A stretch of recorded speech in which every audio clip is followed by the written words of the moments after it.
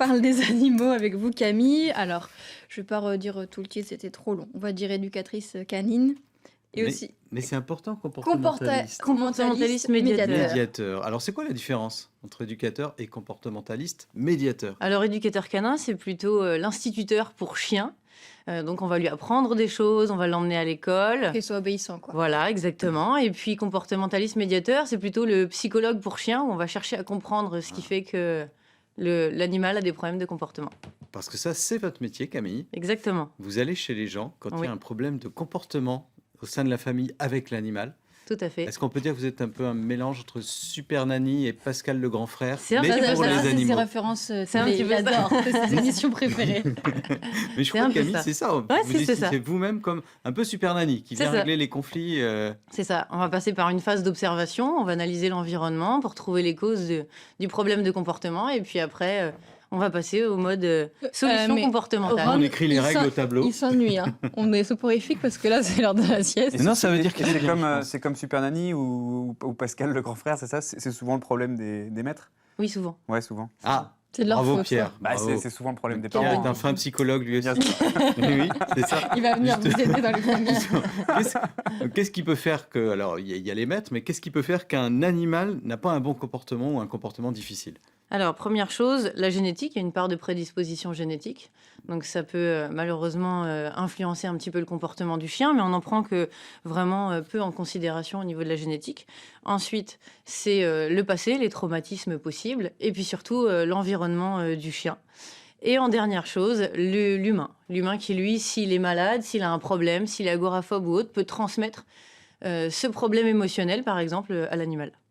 Vous Donc, parliez en de fait, l'animal, il ressemble à son maître, alors. C'est ça, exactement. Si le maître l'humain est déteint agoraphobe, sur l'animal. c'est ça. D'accord. Si l'humain est agoraphobe, par exemple, le chien sera agoraphobe aussi et pourra être agressif avec les personnes étrangères à Mais l'extérieur. ça vaut que pour les chiens. Ça vaut pour tous les animaux. Tous les animaux, Tous les même les animaux. chats qu'on dit un À peu partir du égoïstes. moment où il y a un grand Ah, attachement, c'est où il y a vrai. un lien très fort en fait entre deux individus, même d'espèces différentes, on peut se retrouver avec ce genre de comportement ou de transmission. Ah, alors Ron s'est remis debout. Ah, Alors, par exemple, vous parliez du passé des chiens, des chats. Ron, on sent qu'il est craintif. Peut-être qu'il a eu quelque chose dans son passé. Oui, tout à fait. C'est un chien de SPA, donc ah oui. il a tendance à avoir un petit peu peur de tout ce qui se passe, de ce qui bouge, par exemple là autour du plateau, et surtout des hommes, puisqu'il y a une maltraitance qui a été faite par rapport aux hommes. D'accord. Alors, ça se traduit comment quand il est avec des gens qu'il ne connaît pas? Alors se il prend une cache. position de recul, il a la queue un petit peu rentrée sous le ventre, et puis les oreilles abaissées, donc là, et puis souvent il regarde ailleurs. Donc un chien qui regarde ailleurs, c'est un comportement d'apaisement. Donc ça signifie qu'il se sent un petit peu mal à l'aise et qu'il va faire... Mais là, ça va, il commence à nous Là, ça regarder va, dans les il est plus yeux, à l'aise. il sent D'accord. mieux. Oui, bah là, il commence à tourner autour de Pierre. Il a Et de ce compris que Pierre il a a compris amené. que Il a Pierre pouvait senti que l'intéresser. c'était le bon spot ici. Oui. Il a senti que peut-être il y avait un C'est coup à jouer. Et là, qu'est-ce que nous dit Ron? Il est tranquille, hein. Là, il est plutôt calme par rapport à ce Et sa qu'on queue aurait pu commence un imaginer. petit peu à bouger. Exactement. On sent une respiration forte, hein. Tout à fait, il vous Détente. regarde, il vous écoute. Moi, il me regarde droit dans les yeux, hein. Toi, vous aussi, Laurent, Ah, regardez. ça y là. est, il m'a regardé là. Ça y Ça est. veut dire qu'il commence C'est à bon. bien nous aimer. Voilà, c'est ça. Il établit un lien, du moins. Il sent qu'il... Quoi? S'il Il ne regarde établit un pas, lien. vous. Vous êtes Je ne jaloux. peux pas, je suis au supplice, le pauvre. Faudrait qu'il se dévisse la tête. C'est ça. C'est ça, en fait, le principe de la communication animale. Ça passe par des postures, un langage non verbal, en fait, Non-verbal. forcément. Oui, oui, c'est ça, tout à fait. Alors, on peut retrouver, par exemple, les comportements d'apaisement dont on parlait tout à l'heure. Lorsqu'un chien se sent mal, il peut aussi très bien passer rapidement la langue par-dessus son nez. Si on le regarde un petit peu trop, bâiller, regarder ailleurs, ça peut être vraiment des signes. Là, il est, a priori, plutôt bien. Il est attentif à tout ce qu'on lui dit. Et les oreilles qui s'abaissent, ça veut dire quoi? Ça veut dire qu'il se sent un petit peu mal à l'aise. Bah là, il a les oreilles qui D'accord, s'abaissent. pas Vous le mettez mal forcément à l'aise, prêt à parlez pas trop attaquer. de lui. Non, non, du tout. Un animal qui est prêt à attaquer va plutôt montrer les crocs, va plutôt ouvrir la bouche et vous regarder vraiment fixement. Ah, Comme pour il monte provoquer toutes un ses petit dents. peu, Non, mais voilà, c'est ce vrai, regard. quand on voit bien leur Ah oui, mâchoire. là, la ça, photo, elle est pas Ah mal. oui.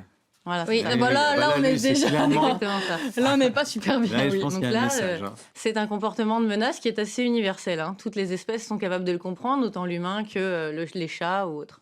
Mais alors, tout à l'heure, vous disiez un truc hyper important avant qu'on débute l'émission, enfin que j'ai appris, c'est que les animaux, ils peuvent se parler entre eux. Oui, ils arrivent à communiquer, pareil, par un langage qui est non verbal. Les chiens avec les chats, par Oui, exemple. le quand- ouf ouf entre chien et Voilà, chat, ça c'est marche pas. ça marche pas beaucoup. Mais par exemple, les chiens, lorsqu'ils vivent avec des chats, arrivent très bien à comprendre lorsque le chat n'est pas bien, se sent mal à l'aise, ou est énervé ou fatigué, et inversement d'ailleurs. Que chien et chat ou d'autres D'autres espèces, oui, oui, tout à fait. À partir du moment où ils peuvent vivre ensemble, ils créent un lien d'attachement, et puis Donc c'est une Et ça se légende, passe très bien. le chien et chat qui ne s'entendent pas. c'est une légende, oui et non, dans le sens où il faut vraiment qu'ils soient habitués l'un à l'autre pour pouvoir vivre ensemble, parce que au départ, un chien mange du chat. Donc, Ah. évidemment, ça peut poser problème. Oui. Bon, après, ils sont domestiqués tous les deux. Enfin, ils sont plus dans ce contexte À sauvage. l'heure actuelle, si un chien n'est pas habitué au chat depuis tout petit, il faut quand même se méfier, hein. On peut avoir un C'est instinct vrai de prédation. Ah oui, il faut faire attention. Il y a un instinct de prédation qui Il reste. faut bien nourrir C'est ça. son chien, puis ça devrait. C'est ça. Malheureusement, ça suffit pas toujours, mais On parlait de décrypter les attitudes. Alors, vous m'avez dit en préparant l'émission qu'il y avait une sorte de télépathie aussi. oui, c'est ça, exactement. Lorsqu'il y a, par exemple, un fort attachement entre l'humain, entre l'animal, on peut avoir des cellules qui restent connectées comme ça. Il y a un transfert énergétique qui peut se faire.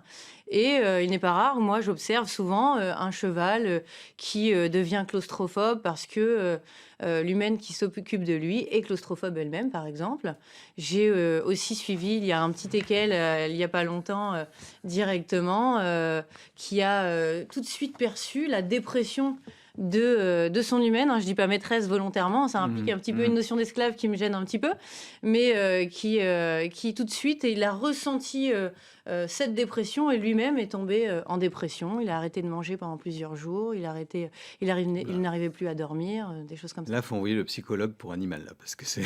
Humain directement, Les si, deux. si Pour son traiter humaine se l'humain, sent mieux, eh bien en le deux. chien naturellement suivra derrière, oui, oui. Lorsque l'animal a un mauvais comportement, est-ce qu'il y a toujours une solution? Il y a toujours une solution, on peut toujours faire quelque chose, on part du principe que rien n'est figé, donc on va toujours travailler. Alors après, par contre, la marge d'évolution peut être différente en fonction de la cause et de l'origine du comportement et en fonction du chien. On n'a pas tous la même capacité de résilience, et puis pour le chien et les autres animaux, c'est la même chose. Donc on ne sait jamais jusqu'où on peut aller. Après, on a certains syndromes, comme par exemple le syndrome de privation sensorielle, où on sait que c'est quelque chose qui est dû à un développement psychologique les 2 premiers mois de la vie du chien, un manque de stimulation quand même assez Et ça, assez fort. c'est difficile à Là, c'est rattraper. beaucoup plus difficile à rattraper, oui, en effet. Mais alors, un chien, par exemple, qui, petit, n'aurait rien appris du tout, pas de rappel, qui fait n'importe quoi, vous pouvez corriger ça, même s'il est plus âgé? Oui, tout à fait. Ça, c'est En l'éducation. éducation, voilà, c'est ça. C'est l'éducation, c'est de l'apprentissage. Donc, comme nous, les animaux peuvent apprendre à tout âge. Donc, il y a le temps. On a tendance, c'est vrai, à sans arrêt se dire, dès qu'il est petit, il faut tout de suite l'éduquer, le dresser. Il faut commencer au plus tôt. Pas forcément, au contraire, lui laisser avoir une enfance assez cool, et établir un rapport de confiance. Eh bien, au contraire, peut permettre derrière d'avoir un apprentissage accéléré. Ah oui. Alors vous, votre approche, ça passe vachement par la communication, C'est ça. la confiance. C'est ça, on établit un rapport de confiance plutôt qu'un rapport de force. Même, on entend souvent dire au niveau hiérarchique, la domination, la soumission. Et il y a un côté gênant là-dedans, c'est qu'on va plutôt établir un rapport de force plus qu'un rapport de confiance. C'est dommage, c'est dommage. Les chiens ne sont pas des dictateurs, rassurez-vous.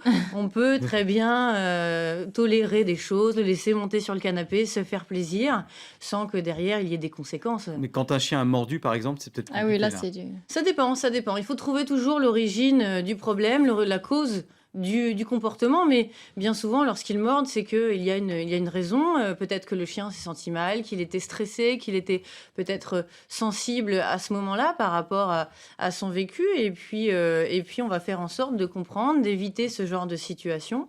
Et en général, ça rentre dans l'ordre, hein. Il n'y a pas de problème à ce niveau-là, hein. Bon, en tout cas, vous êtes optimiste, ça c'est Oui, bien. toujours, Euh, toujours. On positive. va préciser que pour vous contacter, pour vous faire venir, on vous trouve sur Internet. Tout à Alors, fait. le site, c'est éducationcanine14, comme le calvados.com. C'est Ou alors une page Facebook Ah. qui porte votre nom, Camille Génicel, comportementaliste. Oh, vous avez C'est réussi. ça. Voilà. Combien ça coûte pour, quand vous intervenez dans une Alors, famille pour le comme ça? comportement, c'est une séance qui dure environ 1h30, 2 heures. C'est sur une base de 80 €.